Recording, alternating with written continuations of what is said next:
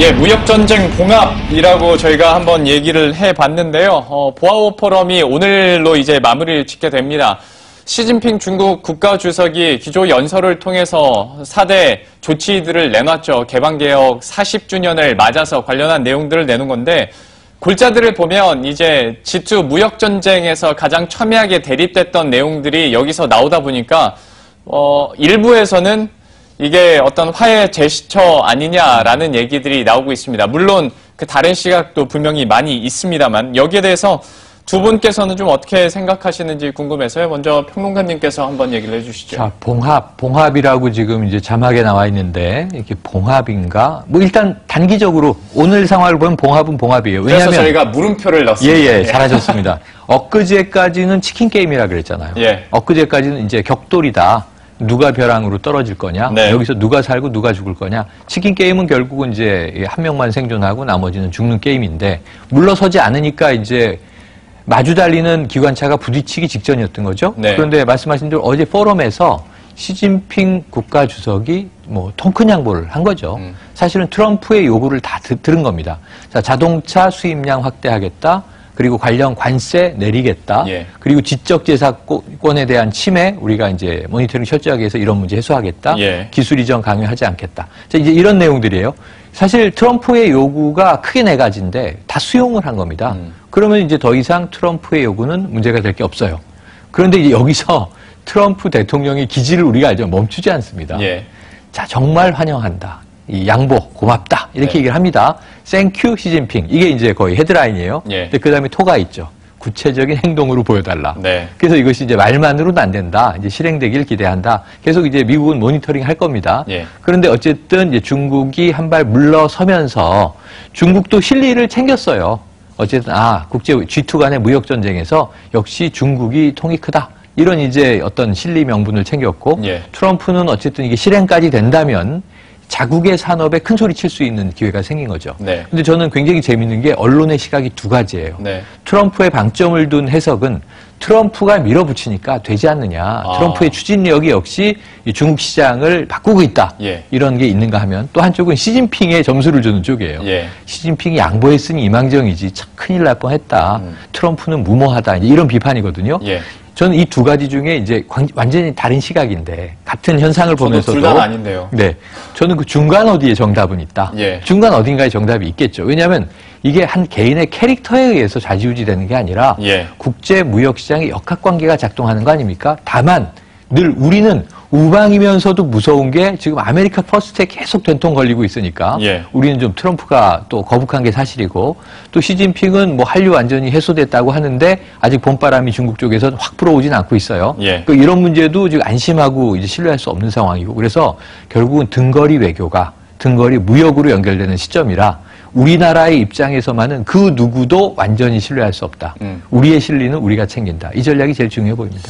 너무 트럼프 입장에서 해석하기도 좀 껄끄러운 면이 그렇죠, 그렇죠. 당연히 있고 그리고 사실 시진핑 주석의 기조 연설 같은 경우에도 이전에 나왔었던 내용들에 대한 약간의 업데이트라고 해야 네. 될까요? 뭐 이런 부분들이 있다 보니까 글쎄요, 뭐 두 나라는 아직 뭐 무역 전쟁 끝났다고 볼 수는 없을 것 같은데 어쨌거나 시장에서는 좀 지난 간밤에는 뉴욕 증시도 그렇고 어제 우리 증시도 긍정적으로 받아들이긴 했습니다. 좀 주식시장 측면에서 참가자가 보는 이번 사안은 또 다르지 않을까라는 생각도 들어서 차장님께도 같은 질문 좀 드려볼게요. 그러니까 이제 계속 무역전쟁 리스크가 사실 계속 불거지면서 증시가 뭐 계속 충격을 그동안 받아왔기 때문에 일단 시진핑의 속내는 뭐 모르겠죠. 그렇죠. 아무도 모르죠. 근데 모르죠. 예. 일단은 겉으로 보이는 그 제스처는 화해의 메시지거든요. 그러니까 너가 그 압박을 했고 너가 원하는 건 나는 알고 있다. 근데 일단은 해주겠다. 네. 발언을 했기 때문에 어제 글로벌 증시가 다 그 강세로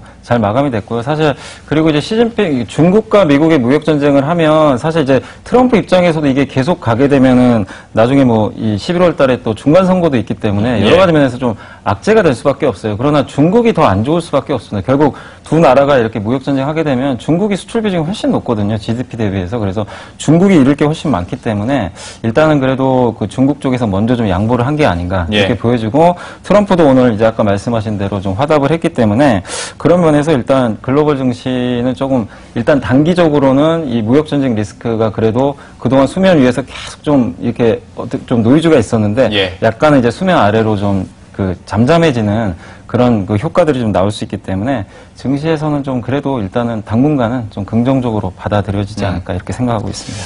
근데 참 이번 사안을 보면서 평론가님 저는 어떤 생각이 들었냐면 세상이 진짜 많이 바뀌긴 했구나라는 게 어떤 자유무역의 상징이었던 미국 같은 경우에는 오히려 네. 주구장창 보호무역주의를 그렇죠. 역행하고 있고 그렇죠. 그렇게 폐쇄적이라고 생각했던 중국 정부는 그야말로 나 더 자유무역주의로 갈래라고 네. 이번에 선포를 한 거잖아요. 그렇죠. 이것도 참 의미가 있을 것 같아요. 그러니까 이게 G2의 이 어떤 큰 시프트가 바뀌고 있다는 얘기는, 패러다임이 시프팅되고 있다는 얘기는 예. 이게 수십 년 동안 해온 얘기입니다. 적어도 중국이 시장 개방을 선택하고 네. 공산당 체제는 유지했지만 이 경제 대국으로 급성장하던 90년대 중후반부터 네. 지금까지 거의 20년 가까운 시간 동안 중국은 끊임없이 시장 장악력을 높여오고 있어요. 예. 뭐 세계의 공장, 세계의 굴뚝 소리를 들으면서도 지금 최근에 우리 저 폐비닐 쓰레기 사태를 보고 또 국민들이 깜짝 놀란 게 예. 세계의 쓰레기 공장이었던 거야, 중국이. 네. 중국이 쓰레기 수입 더 안 해. 그러니까 세계의 쓰레기의 56%가 갈 곳이 없다는 거 아니에요. 아, 그래요? 그래서 지금 이제 뭐 이 쓰레기 섬이 지금 미국 주변 태평양에는 형성되고 있고 이런 문제들인데 예. 중국의 영향력은 이제 정말 글로벌 경제에 끼치는 영향은 지대해졌습니다. 네. 명실공히 G2예요. 예. 이게 장쩌민 주석 시절하고 또 완전히 다르고 시진핑 국가주석이 이번 어쨌든 양회를 통해서 또 이제 독재적인 그 국가 주도력을 장기적으로 확보한 상태 아닙니까? 제가 보기에 시진핑은 어제 아이 그래 뭐 밀려주고 말지 뭐 우리가 통큰 양보하지. 그래 우리는 크게 단기적으로는 좀 우리가 타격이 있겠지만 예. 중장기적으로는 우리가 승리한다. 왜냐하면 트럼프를 언제까지 상대하겠어요, 시진핑이. 앞으로 3년입니다. 네. 지금 중간선거 결과를 보고 레임덕이 일찍 오면 트럼프는 국내에서 여러 가지 위험한 이슈들이 많잖아요. 러시아 스캔들이라든가 예. 또 이 성추문도 터져나왔고 근데 그것을 트럼프는 절박하게 지금 두 개의 카드로 돌파해야 되는데 하나는 미국 경제가 내가 대통령이 되고 살아나고 있다. 또 하나는 지금 중동과 북한 리스크를 내가 잡고 있다. 예. 줄이고 있다. 근데 이것이 이제 5월 말 혹은 6월 초에 예견돼 있는 북미 정상회담에서 트럼프가 성과를 뽑아야 되는 거거든요. 네. 그러니까 압박할 때는 동시에 압박을 해요.